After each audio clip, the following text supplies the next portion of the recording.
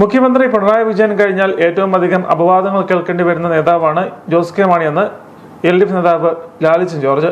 നിർഭാഗ്യമെന്ന് പറയട്ടെ, ഒരുപക്ഷെ കേരളത്തിന്റെ മുഖ്യമന്ത്രി പിണറായി വിജയൻ കഴിഞ്ഞാൽ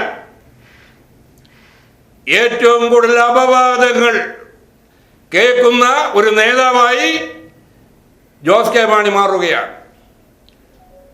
388 വ്യാജ ഐഡികൾ ഉണ്ടാക്കി ജോസ് കെ മാണിയെയും കുടുംബത്തെയും ആക്ഷേപിക്കുകയാണ്. ഒരു വികസനവും നടത്താതെ വ്യാജ പ്രചരണങ്ങൾ നടത്തുന്ന പണിയായി ചില ആളുകൾ മാറി എന്നുള്ളത് നമ്മുടെ എല്ലാം ഗതികേടാണെന്ന് നാം മനസ്സിലാക്കണം. 150-ലധികം വ്യാജ ഐഡികളിലൂടെ MPയെയും കുടുംബത്തെയും ആക്ഷേപിക്കുകയാണ്. വികസനം നടത്താതെ വ്യാജ പ്രചരണങ്ങളുമായി ചിലർ ഇറങ്ങിയിരിക്കുകയാണ്. നഷ്ടപ്പെട്ട 6 വർഷങ്ങൾ തിരികെ എടുക്കാൻ കേരള കോൺഗ്രസ് എം തീരുമാനിച്ചാൽ ജോസ് കെ മാണി തന്നെ സ്ഥാനാർത്ഥിയാകും. ജോസ് കെ മാണിക്ക് പാലായിൽ മത്സരിക്കാൻ മാണി സി കാപ്പന്റെ ചീട്ട് വേണ്ടെന്നും ചരിത്രത്തിലെ ഏറ്റവും വലിയ ഭൂരിപക്ഷം ജോസ് കെ മാണി നേടുമെന്നും ലാലിച്ചൻ ജോർജ് പറഞ്ഞു.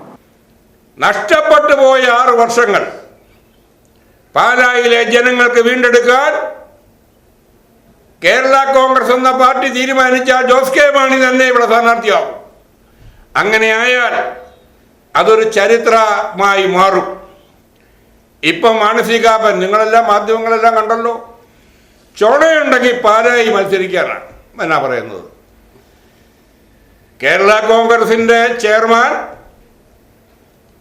അതിന്റെ ഉന്നതനായ നേതാവ്, MP പാലായിൽ മത്സരിക്കാൻ മാണി സി കാപ്പന്റെ ഒരു ചീട്ടും വേണ്ട. ചീട്ട് വേണോ?